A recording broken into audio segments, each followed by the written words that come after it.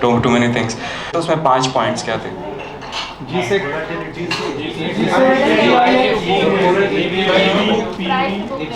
So if I just remind GSEC yield, earning yield, price to book, Nifty level and yield ratio, right? कौन सी date की थी? If I vaguely remember 2000 का एक date था, 2011 का date था, 2013-14 का डेट था एंड 2015-16 का डेट था. नाउ इन सारी डेट्स पे जब आपने डिसीजन लिया तब आपने कभी भी ये पॉइंट नहीं देखा कि उस टाइम में यूएस में क्या चल रहा है, इंडिया में क्या चल रहा है, गवर्नमेंट किसकी है, लेकिन पता ही नहीं चल रहा है. लेकिन नहीं, बट पॉइंट्स थे, जो डेटा पॉइंट्स था उस टाइम में. द पॉइंट इज कि उस टाइम में वो चीज़ देखने की ज़रूरत नहीं थी, सिर्फ आपने डेटा देखा, डेटा के हिसाब से क्या परफॉर्मेंस है उसमें देखा. एक पॉइंट और मैं हाईलाइट करूंगा,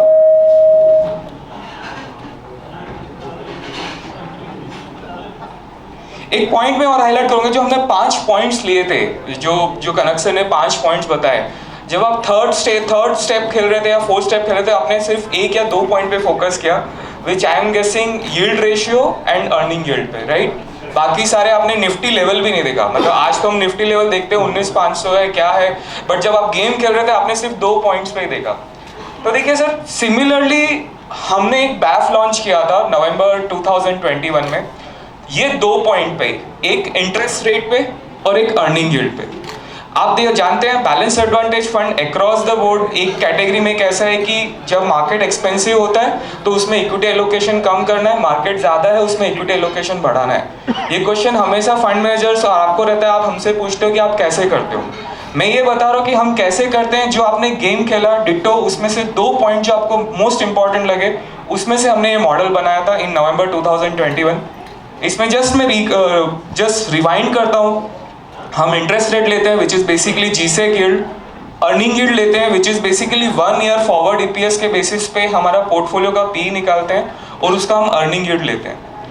अब करते क्या है उसमें कि हम एवरीडे ये मॉडल रन करते हैं और एवरीडे मॉडल के हिसाब से हम लो पी, मार्केट में जो इंटरेस्ट रेट है, जो पी है, उसके बेसिस पे मार्केट का लोएस्ट पी क्या होना चाहिए. आज जैसे मार्केट का पी आप देखते हैं, फॉरवर्ड पी 19.7 है, ट्रेलिंग पी 22 के पास में है.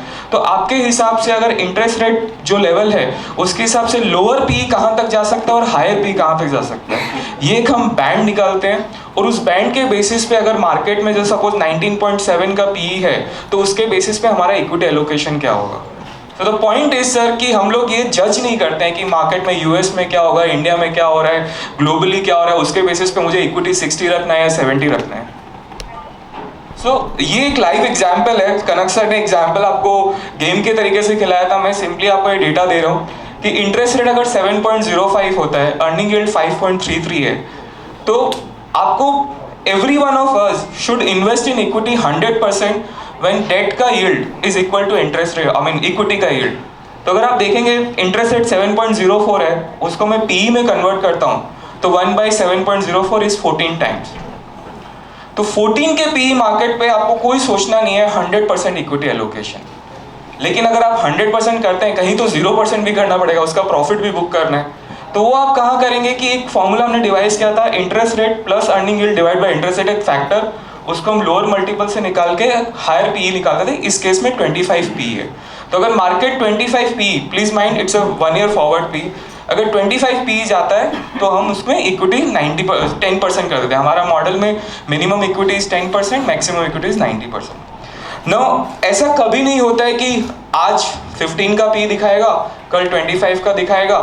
मार्केट एवरी डे मूव होता है, चेंज होता है, तो पी फ्लक्चुएट होता है. तो आप ऐसा नहीं कर सकते कि मैं कभी 90% पे रह जाऊंगा और इट्स ओके, या कभी 10% पे रह जाऊंगा, इट्स ओके. आपको every day every moment change करना होता है.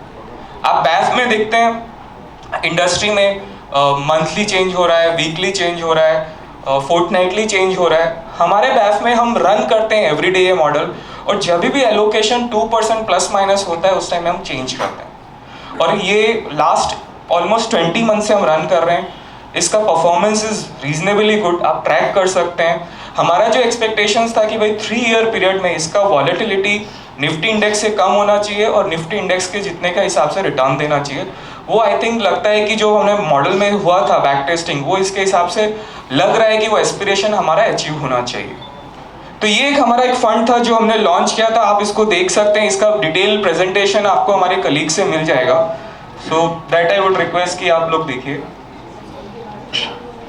सेकेंड है सर कि आज मार्केट लेवल 19,500, ठीक है, हाईएस्ट 20,000 हाई टच किया था। आप जब गेम खेल रहे थे 2000, 2013, 2015 एंड 2016, मार्केट लेवल किसी ने नहीं देखा, किसी ने नहीं देखा निफ्टी लेवल क्या था।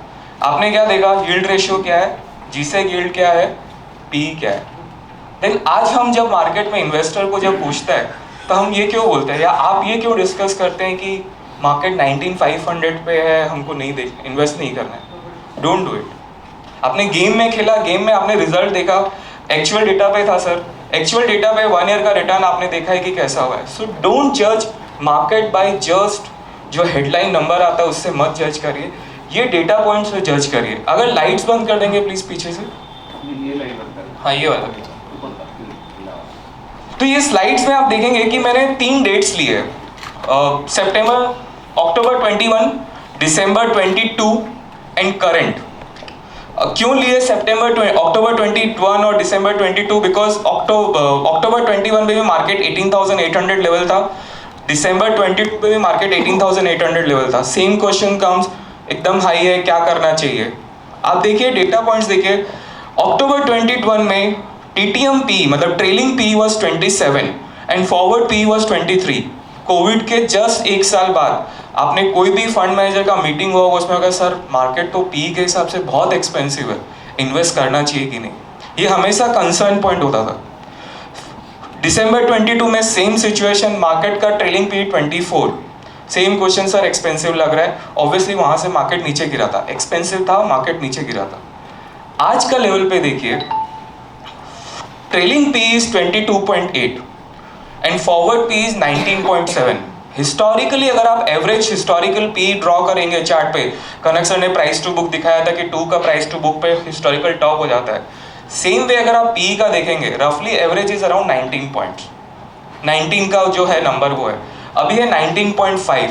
तो ऐसा कोई ज़्यादा एक्सपेंसिव नहीं है मार्केट दोनों कंपैरिजन के हिसाब से।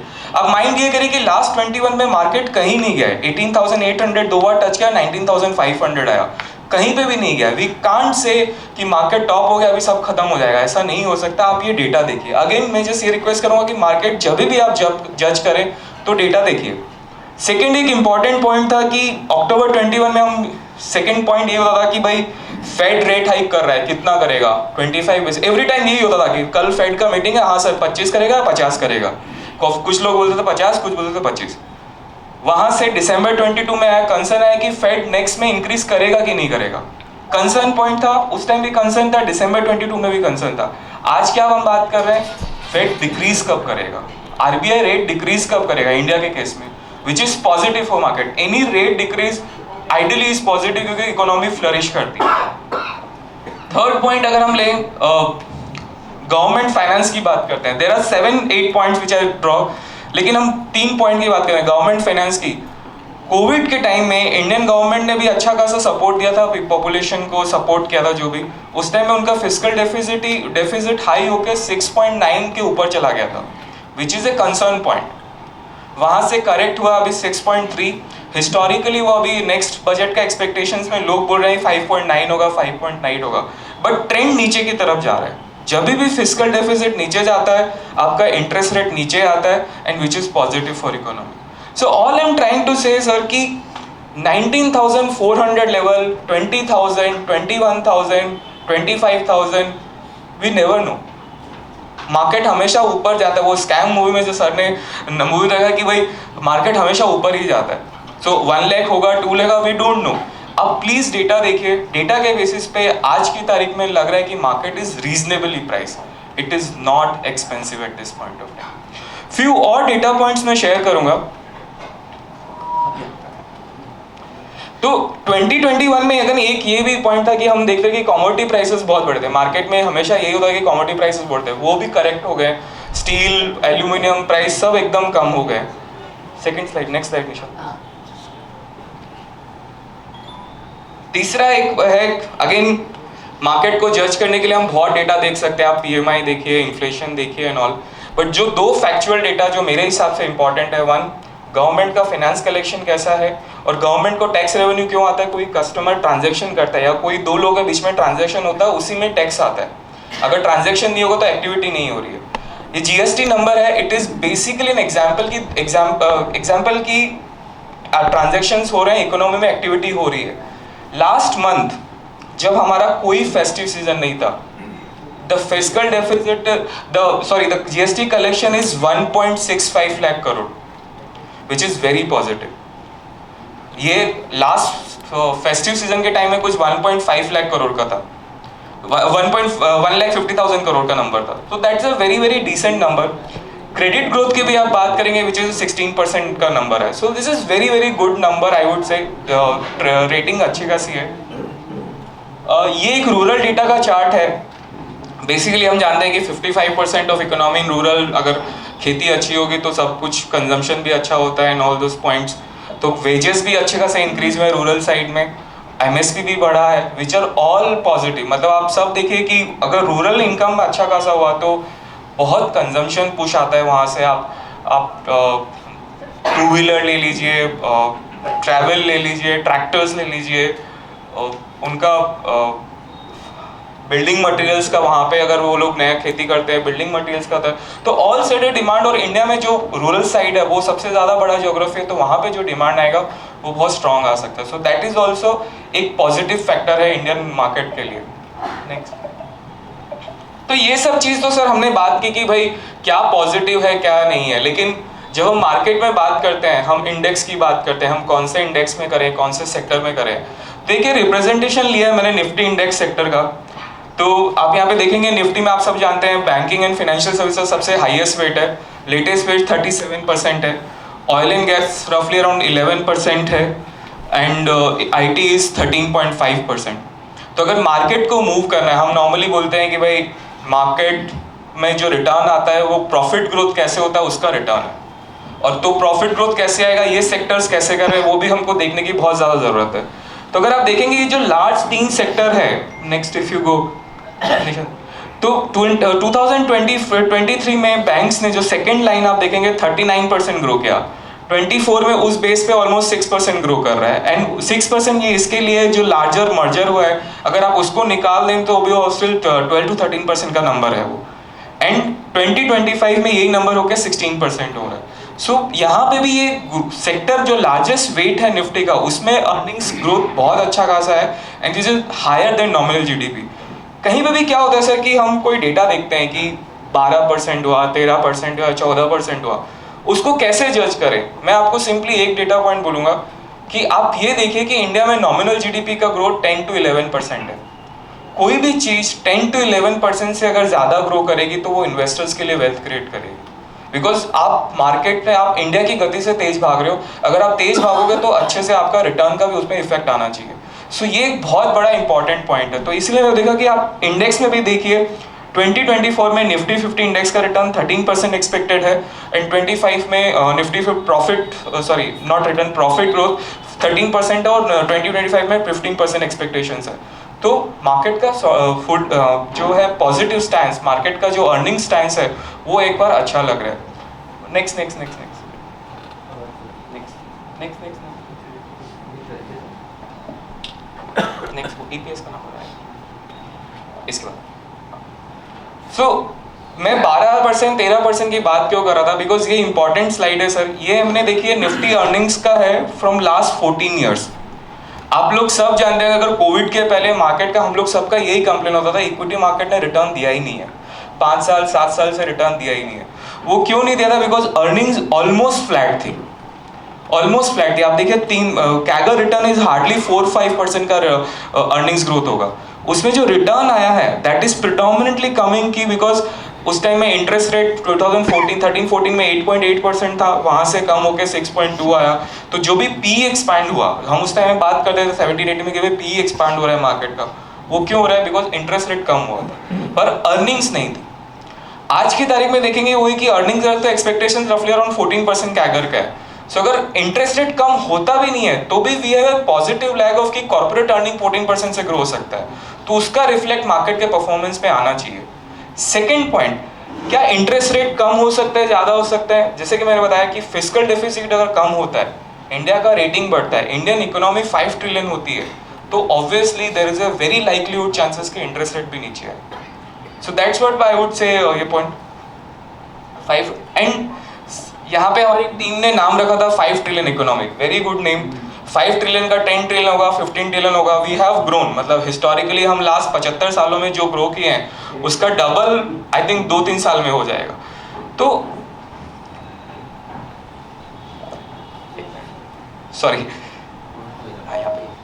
तो जब इंडियन 5 ट्रिलियन इकोनॉमी होगी, हम एक चीज हमेशा मार्केट में याद रखने कि हम लोग 1.5 बिलियन पीपल, 1.5 बिलियन लोगों का मार्केट है इंडिया। यहाँ पे every company wants to come to India और वो अपना माल बेचना चाहते हैं। क्यों? Because we are the second और the largest population in the all over the world. तो अगर उन लोग को आना है, उन लोग को इंडिया में आना है और इंडियन पॉपुलेशन का कैपेसिटी है स्पेंड करने का, हम स्पेंड कैसे देखते हैं कि भाई पर कैपिटा जीडीपी, नाम सुन रहे हैं पर कैपिटा जीडीपी $2000।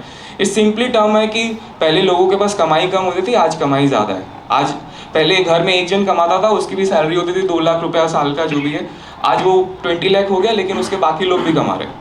सो जैसे ही कमाता है उसका कंजम्पशन बढ़ता है। फर्स्ट कंजम्पशन होता है कपड़ों पे, घर पे, पर उसके बाद लग्जरी गुड्स आते हैं, वो घूमने जाता है, ट्रैवल करता है, गाड़ी लेता है। सो ऑल दीज एक्सपेंस अगर 5 ट्रिलियन इकोनॉमी होता है वो काफ़ी अच्छा बढ़ेगा। तो हमको एक्सपेक्टेशंस है कि manufacturing and consumption sector next 2 साल नेक्स्ट आने वाले टाइम में बहुत अच्छा करना चाहिए। नेक्स्ट टू नेक्स्ट या नाउ कंजम्पशन में सर कैसा है कि काफ़ी होता है कि how to capture this consumption number. Consumption में क्या है कि आप लार्ज कैप करेंगे, टॉप 100 कंपनीज इंडिया में, जो टॉप 100 कंपनीज जो सेबी डिफाइन करती है उसमें काफ़ी सेक्टर्स नहीं आते हैं। पिज़्ज़ा कंपनी हो गई, आपकी लगेज कंपनी है, फैंस कंपनी, आप किचन अप्लाइंसेज है उसकी कंपनी हो गई है, इनरवेयर्स हैं उनके जो प्रोडक्ट्स हैं, पहले इनरवेयर्स पूरे अनब्रांडेड होते हैं, आजकल पेज इंडस्ट्रीज ने जो मार्केट क्रिएट किया और उसके पीछे डॉलर इंडस्ट्रीज है या फिर लक्स इंडस्ट्रीज है, तो उन्होंने काफ़ी ब्रांडिंग किया। बट ये सारी कंपनीज मिड कैप और स्मॉल कैप में आती है। तो कहने का मतलब कि जो भी अगर 5 ट्रिलियन टू 10 ट्रिलियन इकोनॉमी होता है तो अक्रॉस द बोर्ड वेल्थ तो क्रिएट हो गई, but there is a very likelihood chances कि वेल्थ मिड कैप और स्मॉल कैप सेगमेंट में अच्छे खासे से बने। तो यही हमारा एक्सपेक्टेशन है कि हम कंजम्पशन स्टोरीज पे प्ले करें अक्रॉस द बोर्ड। अगर LICMF के फंड्स देखेंगे आप तो अक्रॉस द बोर्ड हमारा कंजम्पशंस और मैन्युफैक्चरिंग में है, और उसमें भी लार्ज मिड कैप और स्मॉल कैप में हमारा अच्छा खासा एक्सपोजर है। जो ये 2 थीम हम प्ले कर रहे हैं। Fast forward. ये एक फ्लेक्सी कैप फंड है जो मैं मैनेज कर रहा हूँ। दिस इज अगेन कुछ नीश हमने यहाँ पे कोशिश कर रहे हैं यहाँ पे करने की। बेसिकली यहाँ पे अगर आप पोर्टफोलियो अक्रॉस द बोर्ड देखेंगे तो हमारा large cap would be the lowest probably in the category, around अभी 58% लार्ज कैप है, rest is mid cap. Simple reason not भी हमको लार्ज कैप नहीं लेना है इसके लिए हम मिड कैप और स्मॉल कैप ले रहे हैं, नहीं। सिंपली इसमें रीजन ये है कि हम we are looking to build companies जहाँ पर टर्न अराउंड और री-रेटिंग हो सेक्टर का। जैसे आपने लास्ट देखा होगा डिफेंस सेक्टर री-रेट हुआ है, इंफ्रास्ट्रक्चर री-रेट हुआ है ऑफ लेट, तो वो सारी कंपनीज मिड कैप्स और स्मॉल कैप में, और वहाँ पे हमने एक्सपोजर लिया हुआ है। तो गोइंग फॉरवर्ड हम सर टर्न अराउंड और री-रेटिंग कंपनीज में ज़्यादा फोकस करेंगे, उसके बाद स्टडी कंपाउंडर्स ग्रोथ पे फोकस करेंगे, और इस तरह से हमारा पोर्टफोलियो एक्सपोज लेंगे तो हमको जो ग्लोबल ग्रोइंग जो इंडियन इकोनॉमी है 5 ट्रिलियन या 10 ट्रिलियन उसका बेनिफिट मिलेगा। ये हमारा अगेन मल्टी कैप फंड हमने लॉन्च किया था लास्ट ईयर। अगेन जो आपने गेम खेला था, वेरियस पॉइंट्स आपने देखे, interest rates and earning yield, उसके बेसिस पे हमने ये मॉडल डिजाइन किया था, और हमने इसमें PEG रेशियो निकाला है। हम PEG रेशियो के हिसाब से जाते हैं इसमें। सो जब मल्टी कैप अगर आप देखते हैं तो नॉर्मली 25 का होता है लिमिट की, आपको हर जगह 25 मतलब लार्ज कैप में 25%, मिड कैप में 25% और स्मॉल कैप में भी 25% इन्वेस्ट करना है। बट आप कितना डिसाइड करेंगे, कैसे डिसाइड करेंगे, उसका एक हमने मैथमेटिकल फॉर्मूला अप्लाई किया है, और उसके बेसिस पे हम फंड मैनेज कर रहे हैं, और ये परफॉर्मेंस आप देख सकते हैं, it's doing reasonably good. Next this is the last fund I would talk about BFSI fund. ये मैं फंड में मैनेज कर रहा हूँ। This is pure sector fund. Normally मैं काफ़ी लोगों से मिलता हूँ तो सब बोलते हैं सर हम सेक्टर फंड में इन्वेस्ट नहीं करते हैं।